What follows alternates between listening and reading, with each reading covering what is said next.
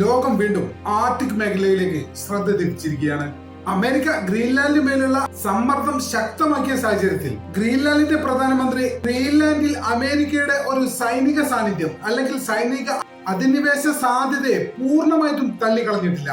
അത്തരമൊരു ആക്രമണത്തിന്റെ സാധ്യത വളരെ കുറവാണെന്നും ജനങ്ങളോട് ഈ ഒരു സാഹചര്യം വളരെ ഗൗരവമായി കാണണമെന്നും അദ്ദേഹം ജനങ്ങളോട് ആവശ്യപ്പെട്ടു.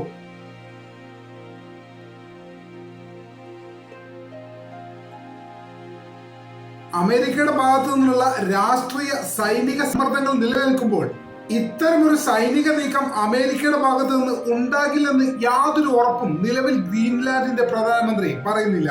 ഈ വാർത്ത വന്നതോടുകൂടി തന്നെ ഗ്രീൻലാൻഡിന്റെ സുരക്ഷാ ആശങ്കകൾ പുതിയൊരു തലത്തിലേക്ക് വളർന്നിട്ടുണ്ട്. ഇത്തരമൊരു സാഹചര്യത്തെ നേരിടാൻ സർക്കാർ തലത്തിൽ ഇപ്പോൾ തന്നെ ഗ്രീൻലാൻഡ് ഒരു ടാസ്ക് ഫോഴ്സിന് രൂപം കൊടുത്തു. ഇതിന്റെ കാരണമായി സർക്കാർ പറയുന്നത് അടിയന്തര സാഹചര്യങ്ങളിൽ ജനങ്ങളുടെ ജീവിതം താളം തെറ്റാതിരിക്കാൻ എന്നാണ്.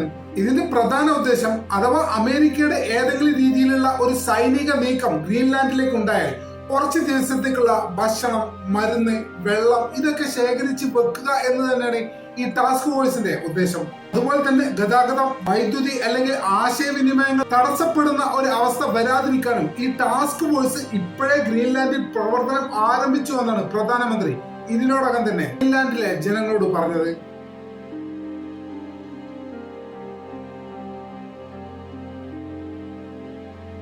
ഇതിനിടെ ഡെൻമാർക്കും മറ്റ് സഖ്യരാഷ്ട്രങ്ങളും ആർട്ടിക് മേഖലയിലെ പ്രതിരോധ സംവിധാനങ്ങൾ ഇരട്ടിയിലധികം ശക്തമാക്കുന്നുണ്ട് എന്നാണ് പുതിയൊരു റിപ്പോർട്ട് വരുന്നത്.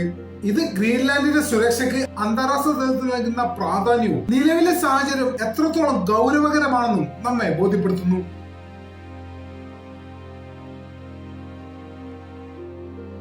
നമ്മൾ വിചാരിക്കുന്ന പോലെ അത്ര സിമ്പിൾ അല്ല കാര്യങ്ങൾ എന്ന് തന്നെയാണ് ഇത്തരം നടപടികളിൽ നിന്ന്, സർക്കാരിന്റെ ഭാഗത്തു നിന്നുള്ള ഇത്തരം നടപടികളിൽ നിന്ന് മനസ്സിലാവുന്നത്. ഭൗഗോളികമായി ചെറിയ ദ്വീപാണെങ്കിലും ഗ്രീൻലാൻഡിന്റെ ലൊക്കേഷൻ, തന്ത്രപ്രധാനമായിട്ടുള്ള സ്ഥാനം ലോകശക്തികളായ റഷ്യ, ചൈന, അമേരിക്ക എല്ലാവരുടെയും ശ്രദ്ധയാകർഷിക്കുന്നു എന്നുള്ളത് ഒരു വസ്തുതയാണ്. ആർട്ടിക്കിലുള്ള പ്രകൃതി വിഭവങ്ങളും ആർട്ടിക്കിലെ സമുദ്രപാതകളും ഇതിന്റെ നിയന്ത്രണവും ഈ ദ്വീപിനെ ആഗോള രാഷ്ട്രീയത്തിലെ നിർണായക കേന്ദ്രമാക്കി ഇതിനോടകം തന്നെ മാറ്റിക്കഴിഞ്ഞിട്ടുണ്ട് എന്നുള്ള കാര്യം നമുക്ക് എല്ലാവർക്കും അറിയുന്നതാണ്. അതേസമയം ഇത്തരമൊരു പ്രഖ്യാപനം പ്രധാനമന്ത്രിയുടെ ഭാഗത്ത് നിന്ന് വന്നതിൽ പിന്നെ ഗ്രീൻലാൻഡുകാർ ഭയങ്കരമായിട്ട് പാനിക്കായി.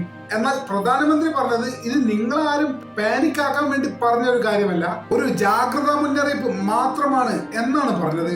എങ്കിൽ പോലും ലോകശക്തികൾ തമ്മിലുള്ള പോരാട്ടങ്ങൾ ശക്തമാകുന്ന ഇക്കാലത്ത് ഗ്രീൻലാൻഡ് പോലുള്ള പ്രദേശങ്ങൾ എത്തരത്തിലാണ് ആഗോള രാഷ്ട്രീയത്തിന്റെ സമ്മർദ്ദത്തിൽ പെട്ടുപോകുന്നതിനുള്ളതിന്റെ ഏറ്റവും പുതിയ ഉദാഹരണമാണ് ഇക്കഴിഞ്ഞ സംഭവങ്ങൾ.